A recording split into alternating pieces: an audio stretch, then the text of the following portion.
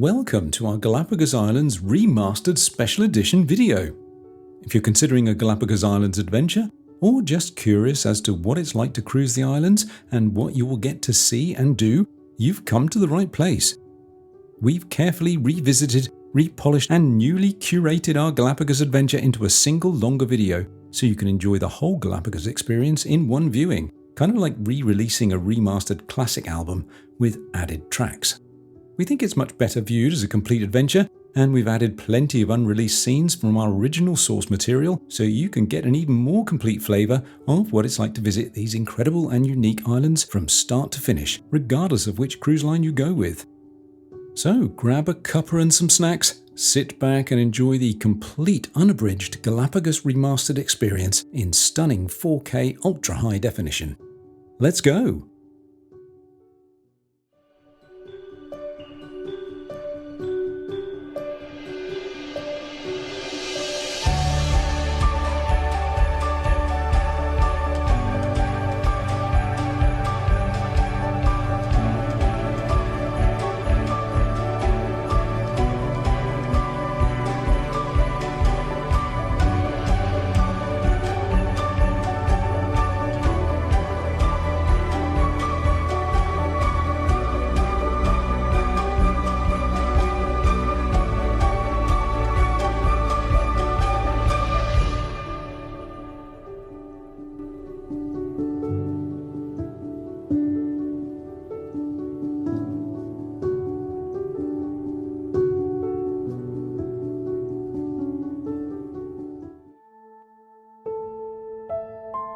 There are very few genuine opportunities or experiences in the world that I would consider life-changing. I've been so blessed to have a few though, marrying my teenage sweetheart, and we're still married, and I'm still punching well above my weight, and witnessing the birth of our 3 children immediately spring to mind. When it comes to travel, we've pretty near hit the mark on a few occasions, but the bullseye has evaded us so far, until now. When Silversea invited us to the Galapagos Islands, we looked at each other with a little bit of disbelief and mild apprehension. The unsavoury thoughts of 4 flights and 29-ish hours travel were quickly overcome by delicious thoughts of swimming with hammerhead sharks, sitting on park benches with sea lions, and sharing a fresh green salad with a giant tortoise. But would it really be like that? Would it really live up to the ludicrous and overwhelmingly positive reviews and unrealistically idyllic documentaries bordering on fantasy we'd been saturating ourselves in the lead up to our 7-night cruise? Well, let us take you on our journey into this phenomenal world of magical tame creatures and ethereal Martian-esque landscapes. Let us show you why this Silversea voyage is no ordinary holiday, but a truly life-changing experience.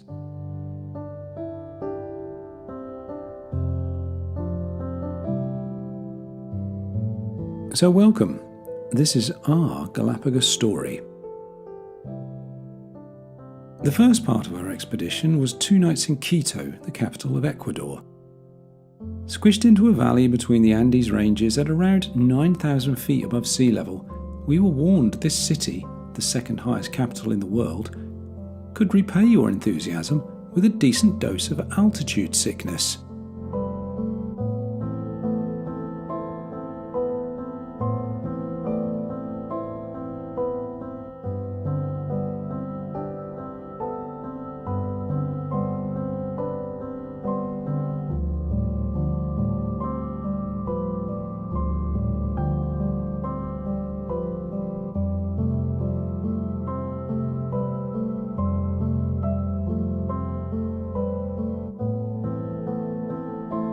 The hotel included in the Silversea package, the JW Marriott, was absolutely gorgeous and fitted well into the 6-star company's ethos of ultra-luxury.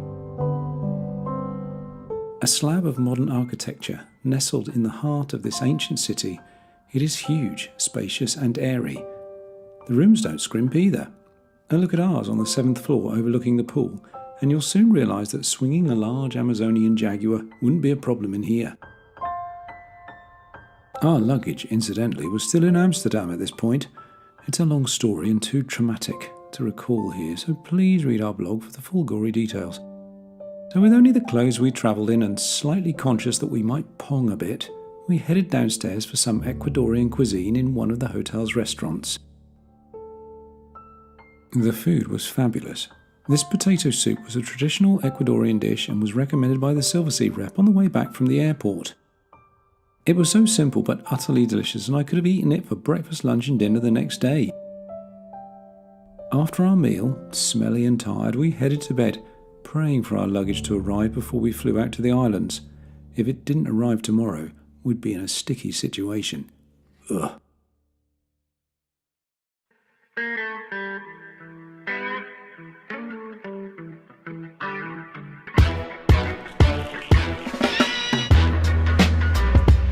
After waking up, alert and refreshed at 1 a.m, our bodies thinking it was 7 a.m, we had to wait a while for breakfast.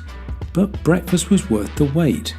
It was a lavish Ecuadorian affair, so to sample yet more of the local grub was a real pleasure. After all, you don't come all this way and insist on a full English, do you? The fresh smoothie bar gave us something to slurp on as we took a look around the hotel before heading out. And where would we go on our only full day in Quito? There was only one place we could go, and no, it wasn't the shops. Although we were increasingly tempted to buy some emergency clothes in case KLM had sold our belongings on eBay.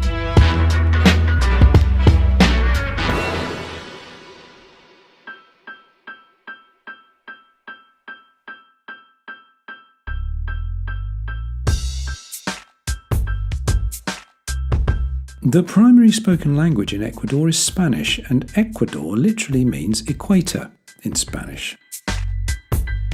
So you can't come to Quito without visiting the intersection on the Earth where the north meets the south, only 26 kilometres to the north of the city. It would be like going to Paris and saying, nah, I think I'll skip the Eiffel Tower. And we had 3 points of interest on this tour. The first was to pop into the Pululahua Volcano and Geobotanical Reserve, I think I've pronounced that right, to see the second largest volcano crater in the world. So large, in fact, people live in it and farm the land within, the only crater on Earth with inhabitants. Then, a few minutes in the coach later, we got to the Ciudad Mitad del Mundo, or Middle of the World, where there's a large park with a giant monument topped with a polished stone globe constructed by the Ecuadorian government on the equator line, and is where in 1736 French explorers calculated where the equator was, using only a ball of string, a telescope and a guinea pig sandwich, probably. After all, this was the time where most people thought the Earth was flat, riding on the back of 4 elephants, standing on top of a giant sea turtle. But wait! Viewers, hold back your awe. Ladies, cease your posing. For this isn't the actual equator. This lies a few hundred yards up the road at the Intinan Museum. Or Intinan, I don't know. This is where the GPS reads true zero, as confirmed by some pretty meaty American military satellites, and almost by my Google Maps app on my phone here. Given those 18th century explorers had no tech at the time other than a ball of string and a key eye for the stars, it's an absolute wonder they got so close to the real 0 degrees. I'd have taken my hat off to them, but for the fact it was so damn hot. And hot it was, because here we were closer to the sun than any other point on Earth. To stand on the actual equator felt quite triumphant, more so than standing on the Greenwich Prime Meridian line in London, which separates east from west, which incidentally, being marked out in 1851, is also in the wrong place by 102 metres. But now we've done both, and at least this one was correct, so that's very satisfying. After the photo opportunities, our guide commenced with demonstrating all those little tricks they play on you, like the water demonstration, which shows water going down a plug hole clockwise only a couple of metres north, anti-clockwise a couple of metres south, and straight down the plug hole right in the equator. Most locals will tell you this is a sleight of hand trick and not true, but I've got to admit it was quite convincing. What do you think? Real or fake? Look at the footage carefully and leave a comment below.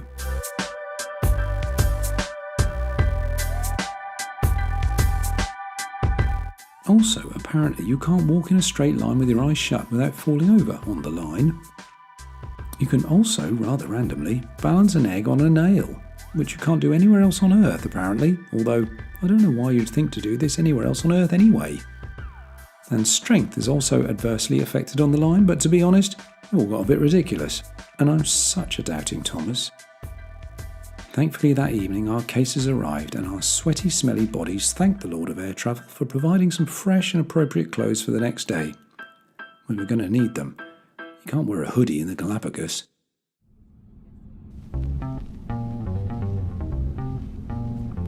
Now, you might be thinking, this is a cruise channel.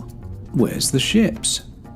Well, it was necessary to show you what we've just shown you, as your 7-night cruise on the Silver Galapagos includes a 2-night stay in Quito beforehand.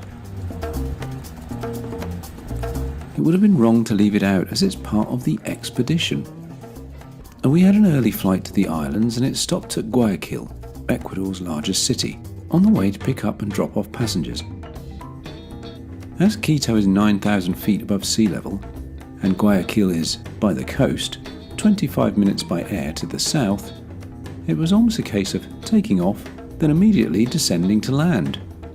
A strange little flight through the Andes Mountains, but very picturesque. The flight from Guayaquil to Baltra is about 1 hour 45 minutes long, as the islands are about 1,000 kilometres into the Pacific Ocean, almost dead easterly along the equator. Getting there may be a little unusual, but the lengths the Ecuadorian government go to ensure the islands remain as uncontaminated by mainland humanity is even more extraordinary. Firstly, you need this permit that costs $20 each, which serves no other purpose than ridding you of $20. You can't get in without one though. Secondly, upon arrival, you have to pay a $200 park fee per person. Yes, $200 per person. Otherwise, you'll never make it out of the airport. Luckily, this is all included in your silversea fare. Thirdly, they get you to fill in this declaration, where you have to fess up about what you're bringing with you. Food, seeds, nuts, plants, animals, in fact, most things are not allowed, and will be confiscated before you leave the airport. Why? Well, to try and minimise the outside interference of the island's unique and indigenous ecosystem. Invasive species can arrive on the bottom of your shoes, on the velcro of your rain jacket, in the dirt on your camping equipment. You'd be amazed. Prior to landing, they even fumigate the plane by spraying some sort of insecticide into the cabin and baggage areas. No nasty bugs are going to land on this island. But it's not over yet. Once your baggage has been offloaded, it is laid out in this room, and we all had to stand behind a line while the authorities used sniffer dogs to check over the luggage for anything food related that might be in there. I can only hope the poor dog wasn't too offended by our clothes we spent 2 hot, sticky days in. Ugh. Well, with all that over with, we could at last look forward to embarking.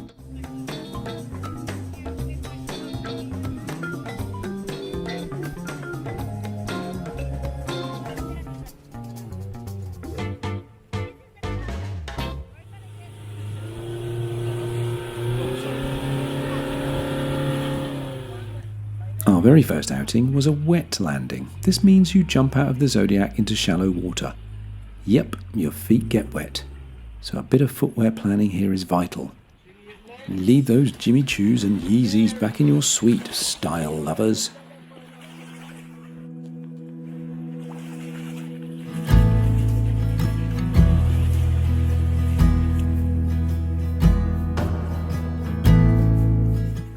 It's clear that as soon as you wade ashore for the very first time, the reality of your situation slaps your increasingly astonished face. Right from the very first minute, the magic of these islands overwhelms you. Every creature here is completely unbothered by your presence. In fact, they seem to welcome you as a guest to their home. Baby animals are everywhere, and you have to watch where you tread. We nearly stepped on this little guy, not more than 2 weeks old, dozing peacefully in the sunshine. Would you leave your 2-week-old child home alone? Evidently here you would. And the birds? Like these Nazca boobies, they just stare inquisitively back at you. To them, you're just another strange mammal, nosily disrupting their daily rhythm. How dare we?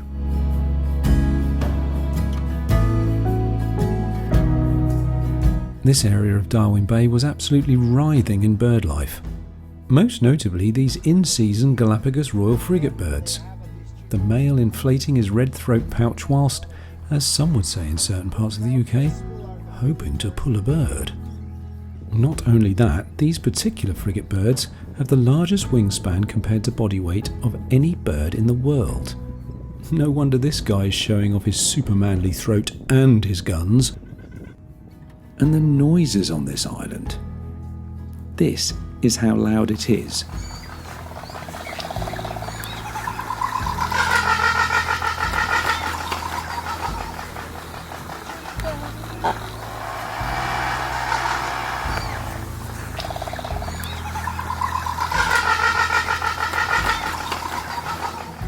How those sea lions managed to chill with all that going on is beyond me.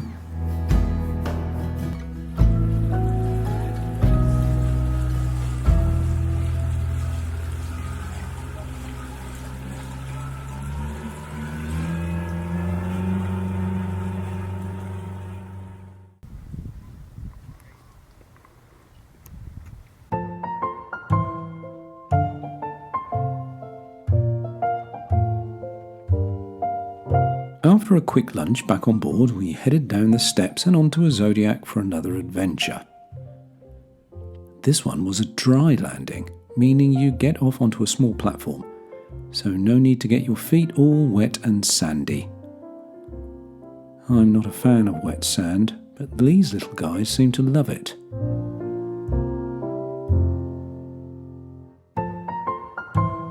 And this Sally Lightfoot crab even eats it, which I suppose is preferable to eating ticks off marine iguanas, which is also a culinary favourite apparently.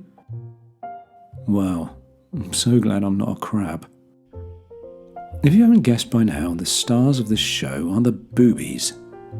And on North Seymour they have blue feet, which look like a pair of colourful kids' flippers, which even they find awkward to walk in. They're great for dancing in though, as this male is demonstrating. But more about that in a later episode, where they made me actually cry. Stay tuned for that one.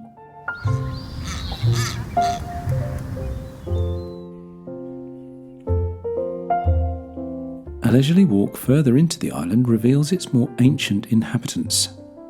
The land iguana is found on 6 islands, having floated across on vegetation from the mainland around 10 million years ago. Mostly they just eat and sunbathe, all day, every day. Rather like being on a cruise actually. A 10 million year cruise.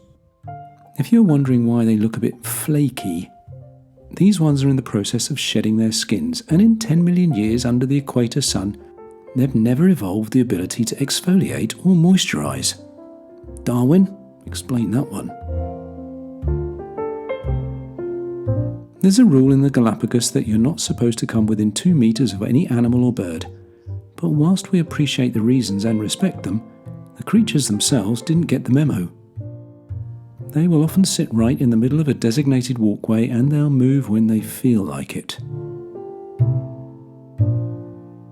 And this enormous chap, weighing around 800 pounds and at 2 meters long, well, he'll move when he's ready.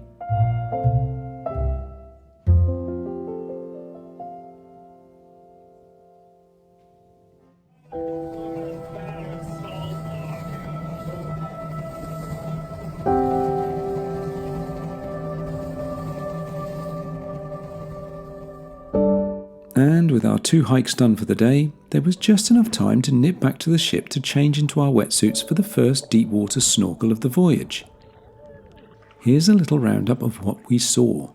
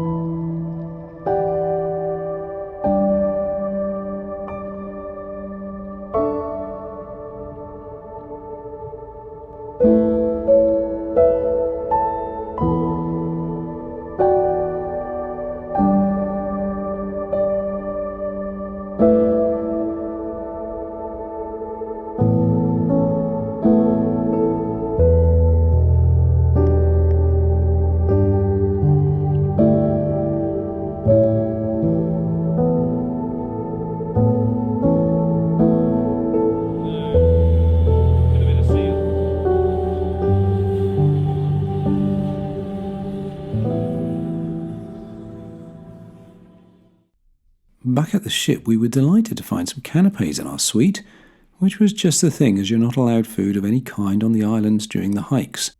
The long walk, right? You're going to be out there for 2 hours, bring plenty of water. Pre-dinner, there's a good opportunity to catch the briefing for the next day. Here, the expedition leader, Israel, outlines the options, and be warned, they start early, like 7 a.m. early. Although all the drink on board is included, late nights in the bar may not be sensible.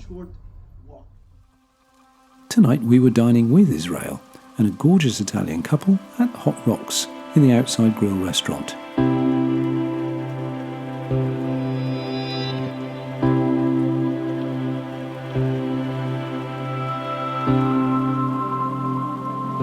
The menu is a delicious selection of Ecuadorian favourites and locally caught seafood. There's a gentle romance in eating your food off an ancient lava rock while floating around an archipelago made exclusively of ancient lava rocks. It's a magical feeling. But there was a 7 a.m. start the next day, so it was a relatively early night and we retired full of excitement and anticipation. It couldn't possibly get any better, could it? Welcome to breakfast, Galapagos style. I'm not a fan of fermented and half-regurgitated fish for breakfast, and thankfully silversea do not include it on the menu. Because of the 7 a.m. start on most days, breakfast in the restaurant started at 6, and so you needed to be up and ready, because you will need the calories for the morning expedition, and you can't take food ashore under any circumstances. Good job there's plenty on offer here then, including granola. Yay! Before we enthusiastically jump on a Zodiac full of granola and coffee, let's quickly show you around Suite 430 on Deck 4. It was an explorer suite with 3 large windows overlooking the promenade deck and was fairly cosy, but hey, we loved it, and it is a tiny ship, remember? The tabletop vanity area was wide and well appointed with a couple of sockets for your camera chargers. We were given some chocolate, fruit and champagne, and the snacks here were all Ecuadorian and really good quality.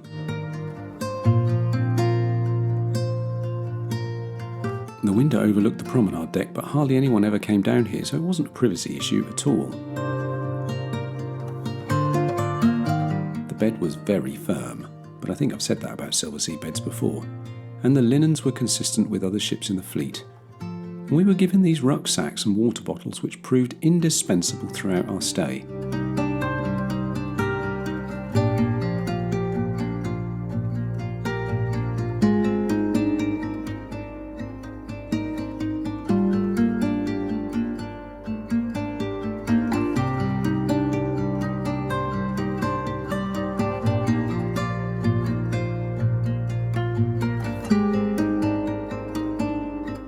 The TV is equipped with the usual excellent silversea system, although to be honest, we never switched it on for the entire time we were on board.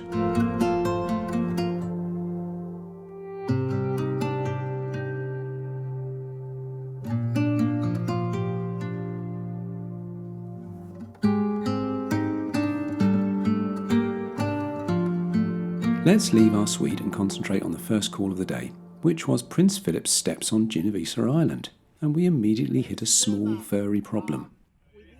Our little friend here was reluctant to move, but with a bit of gentle shooing, he reluctantly gave up his sunbed, and we promptly claimed it.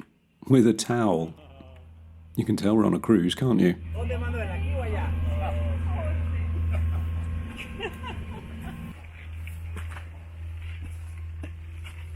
These steps are named after Prince Philip's visits in 1965 and 1981.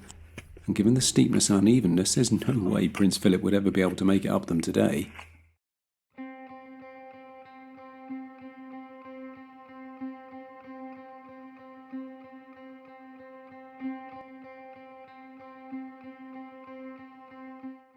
At the top, we were greeted by a seabird colony, and in particular a Nazca booby pointing the way we should go, in case we didn't know how to read an arrow sign.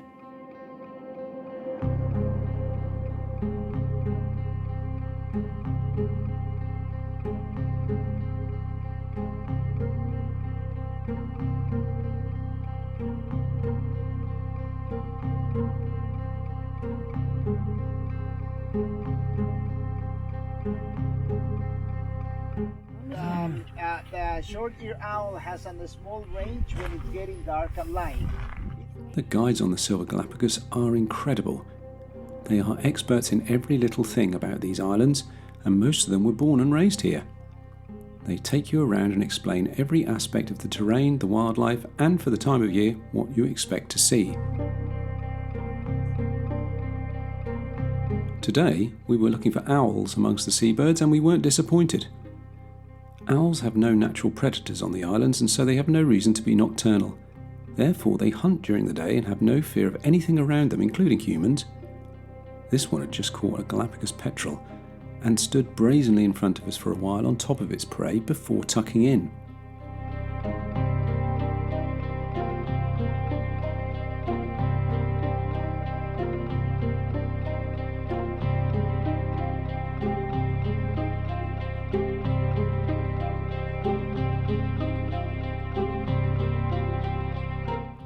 If you watch carefully, he pulls off the petrel's head and swallows it whole.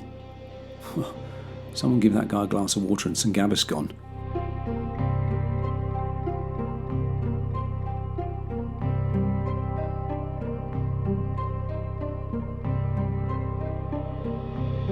We saw 4 owls on this hour-long walk, and with mouths appropriately agape, we headed back to the ship for lunch.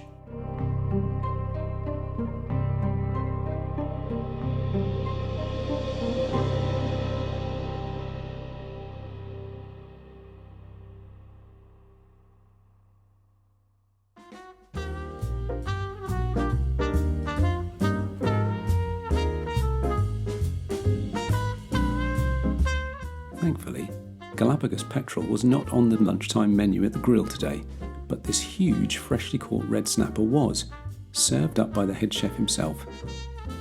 This little area of the grill changes daily with a speciality, nearly always presented and served by the head chef.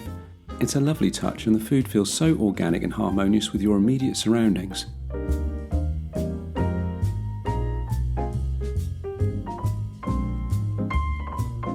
After some healthy fish, and an unhealthy dessert, the ship moved off towards another island. You get used to not stopping too long in one location.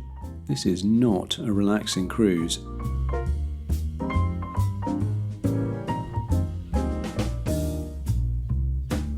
Firstly, we did a zodiac tour around some mangrove swamps that the expedition team had discovered earlier to be a shark nursery. Although I didn't manage to film any, the water was teeming with baby sharks, who use the mangroves as shelter from predators while they grow to become predators themselves. Then it was back on board for a beautiful early evening sail-away party with some tasty small plate food. Then a glorious meal in the restaurant of lobster and chocolate, although not together. Again and again, silverseas snap you back from the natural world into the luxurious with effortless skill. I hardly felt a thing.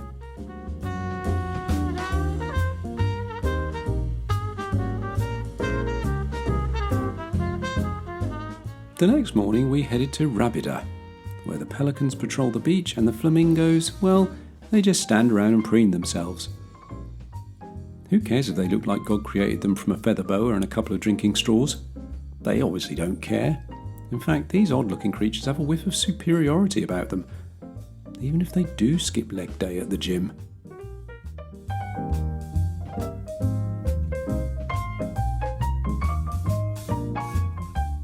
Finally, we had enough time for a spot of snorkeling off the beach, where we saw some incredible marine life, including marine iguanas, a sleeping turtle, I hope he didn't have his head stuck in that coral by the way, an incredibly well camouflaged octopus,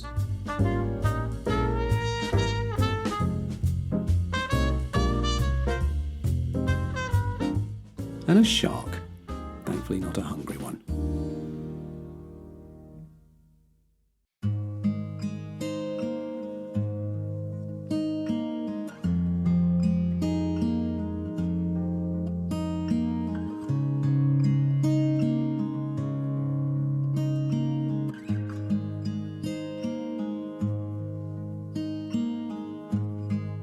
Punta Pit has a similarly beautiful beach, this time populated by sea lions and pelicans.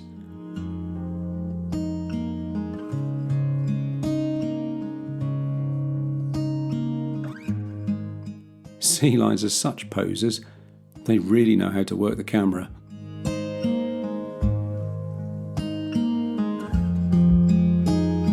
But we weren't here for sea lion selfies, we were here to climb, and climb we did. And we thought Prince Philip's steps were tough.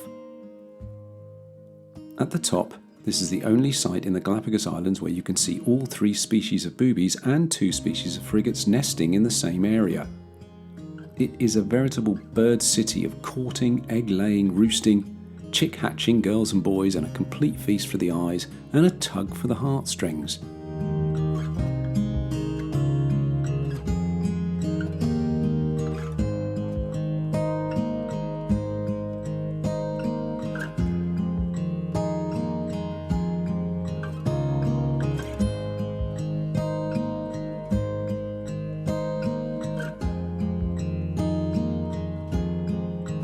This particular blue-footed booby, completely unafraid because she knows nothing on the island will take her eggs, stands above her eggs to shade them from the sun, keeping them cool.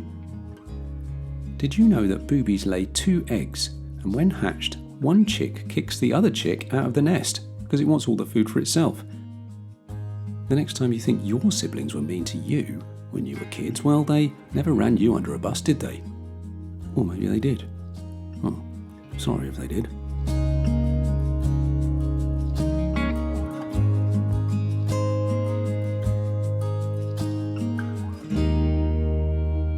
Wherever you walk here, there are booby couples dating everywhere, and they don't care if you're staring at them. It's as if they don't see you. Although you do feel like a bit of a gooseberry. These 2 actually made me cry, yes, physically cry. This one scene was probably the highlight of my whole cruise. Yeah, really. This couple were relaxing on the edge of a rocky outcrop, admiring the view across this little valley here, just as if on a romantic first date to a beautiful location. He's on the left and she's on the right. They look across at each other, kiss, and then the female asks him to dance. He does as he's told and he dances. Then they just sit together in silence and enjoy the beautiful scenery in front of them, living in that moment, the first blossoms of romance.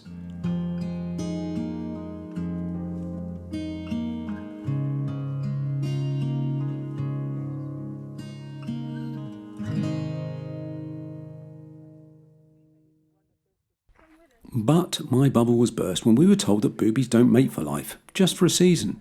So with that devastating revelation, we had to leave them to it and head back to the ship. On the way, this little fella wanted to join our party. He seemed so interested in our group and wanted to follow us. But the expedition leader said we couldn't keep him, and he was too big to fit in my rucksack, so we reluctantly left him behind.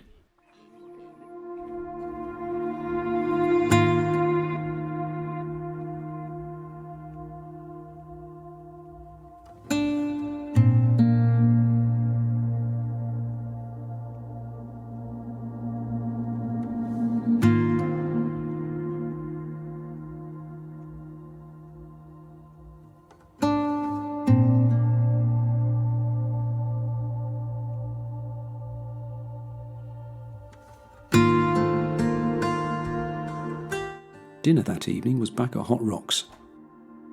On a ship this small, there are only 2 venues for an evening meal, excluding room service, but being outside in the warm Pacific air is to be enjoyed as much as you can, and Hot Rocks never disappoints anyway, so it's a win-win.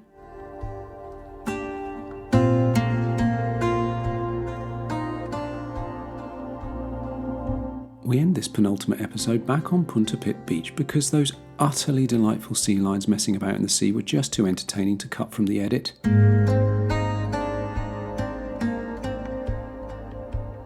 If you've enjoyed our Galapagos journey so far, please do give this video a like and subscribe to our channel.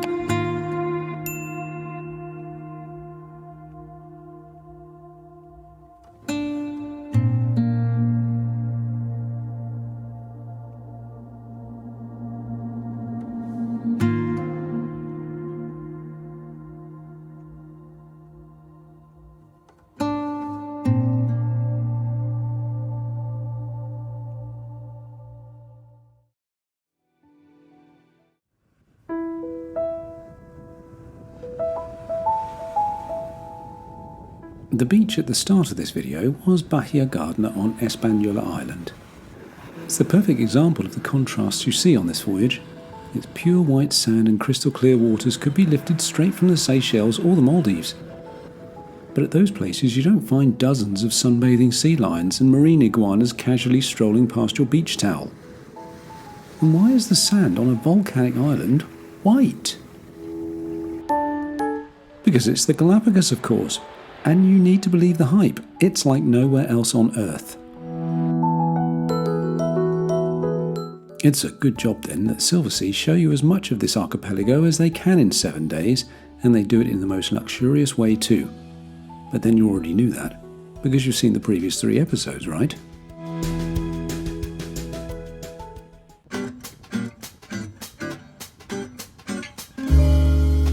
We're in marine iguana territory and they are everywhere. Being the only marine lizard species on the planet, this is the only place on Earth you can see these creatures, and they are absolutely fascinating. They have a strong resemblance to Godzilla, with a slight nod towards American metal band Slipknot too. No, don't Google them, they're not very nice to look at. They can dive up to 20 meters deep, but unfortunately we didn't get to see them swimming on this trip. We'll save that for next time.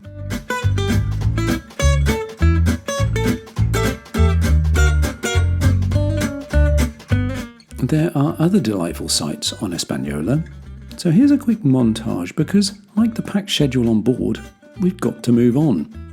Oh, and we managed to squeeze an hour of kayaking and a swim with sea lions while we were here too. Told you it was a packed schedule.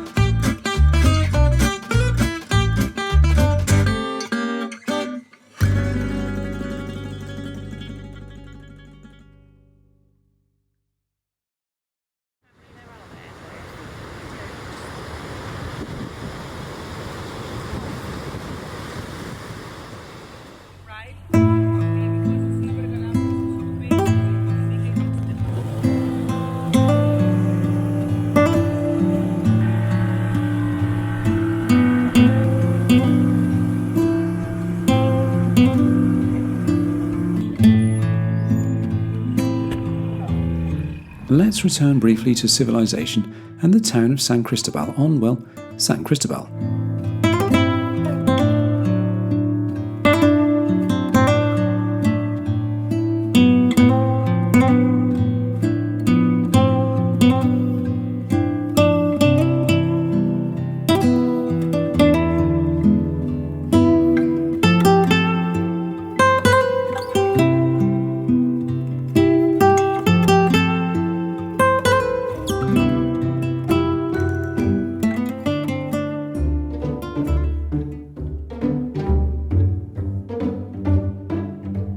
It's a pretty little town, and a stroll along the promenade will always yield surprises.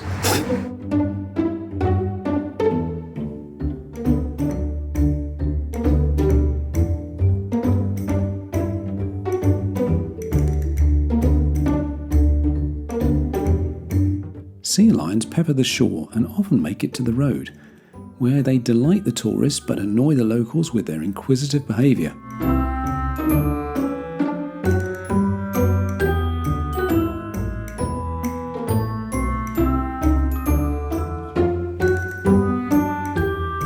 Throw in the odd marine iguana, some pelicans and a couple of blue-footed boobies, and the town is more colourful than a carnival.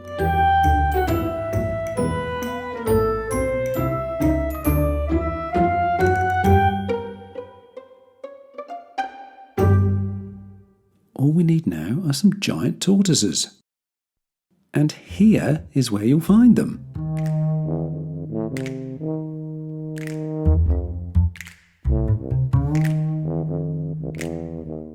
They roam wild in the hills, but if you want to get up close and personal, head to the San Cristobal Tortoise Breeding Centre. If there's any animal that promotes these islands all over the world, it's the Galapagos giant tortoise. They are the poster boys and girls of the whole experience. The boobies may argue this, of course, but we all know really who the stars of the show are. And putting on a show is something giant tortoises seem to revel in. There's no public decency laws in the tortoise world.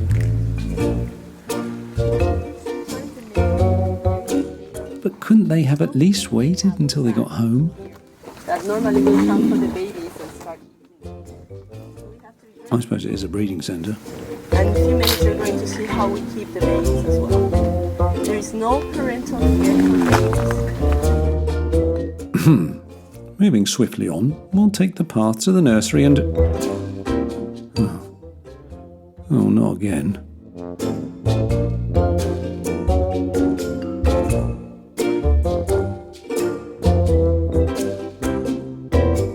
Also, when they fight, yes, fight, well, they fight as you would expect a tortoise to fight, slowly and without an awful amount of conviction or effort. Here, the one on the left wins by administering a devastating blow. A devastating look. Actually, it's how Helen and I fight, with a look. And I always lose. Hurrah, we've managed to avoid any further bad behaviour and reached the nursery. There's lots of baby tortoises here, all tenderly cared for by humans until they're old enough for release. Well, look at the adults' behaviour. Would you let them bring up kids? And how long do we leave this poor little one to struggle until we call someone? And just how does a tortoise fall over? I'm confused.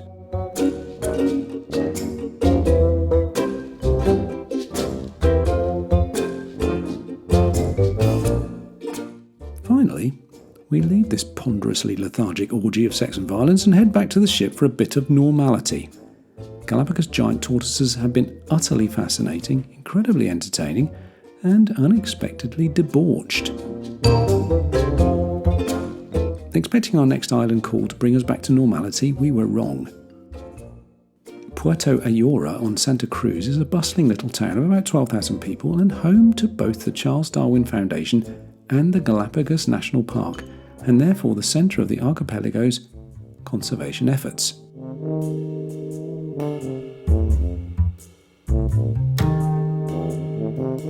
A short drive inland gets you to El Chato Ranch, where you can see more giant tortoises, and these seemed a lot larger and older than the ones committing unsavoury acts we just saw on San Cristobal. In fact, this fella is over 100 years old according to the guide, proving that however old you are, it's always fun to play in mud.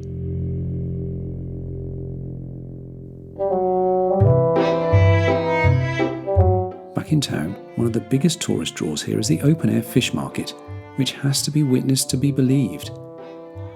Fish is brought in fresh from the sea and slopped onto the floor in the middle of the gutting area, and then the mayhem begins. Firstly, the iguanas sneak in and have a bite or two. They make no attempt at stealth or subtlety. Nope, they just clamber all over the pile of fish, mouths chomping at anything and everything with no thought of hygiene consequences. No wonder the workers here don't bother with hair nets and latex gloves. These rather handsome fish are called scorpion fish, and although the fish itself is rather tasty, the spines along its back are full of life-threatening poisonous toxins, so they have to be cut off straight away. Nice. All around us, gangs of bolshy pelicans jostle for position, while a beautiful heron stood with a look of haughty disdain at them. And the sea lions sat as close as they possibly could to the humans filleting the fish, looking at them with cute puppy dog eyes until they got given a scrap. The sea lions always got the scraps at the expense of the pelicans, who just looked continually exasperated with their inability to pull the same lovable facial expressions. This town is quite incredible. The animals have taken over and they rule the roost here. We've never seen anything quite like it. Good luck finding somewhere to sit while you're waiting for your zodiac. This chap had a right go at a woman who tried to sit down.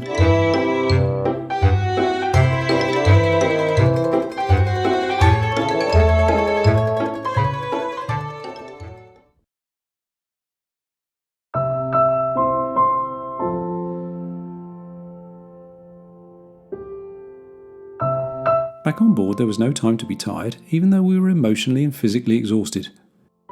There was utterly delicious food to be eaten. What? You've forgotten we were actually on an ultra-luxury silversea voyage? The incredible cuisine waiting for you reminds you exactly where you are.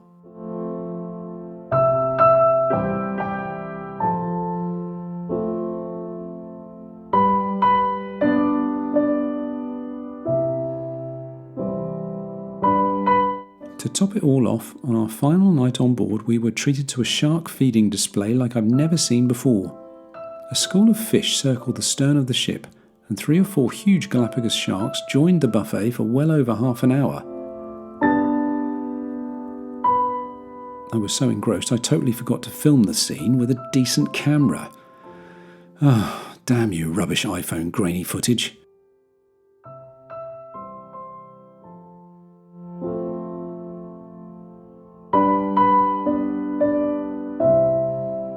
What can I say about this trip that I haven't already tried to convey?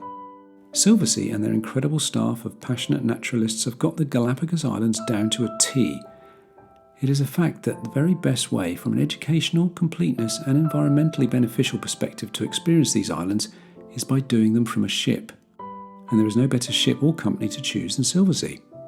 They bring ultra luxury to one of the most remote places on Earth, and they do it sympathetically and with great respect and sensitivity to the surroundings. And the Silver Galapagos itself? Well, it's not a visually stunning ship like the Silver Origin that replaces her next year, but in just one single week you will fall in love with her. It's full of traditional character, like your favourite country hotel, and they keep it immaculate even after we've all messed it up with our salty, wet, sandy snorkeling gear. By the time you've had your shower and got dressed for the evening, the decks are all spotless and tidy. According to environmental science, the Earth is tipping towards something terrible. The Galapagos Islands, and the way Ecuador vigorously protects and cares for them, offer a glimpse into what restorative passion we are all capable of if we just realise what we have in our care. The islands are simply beautiful.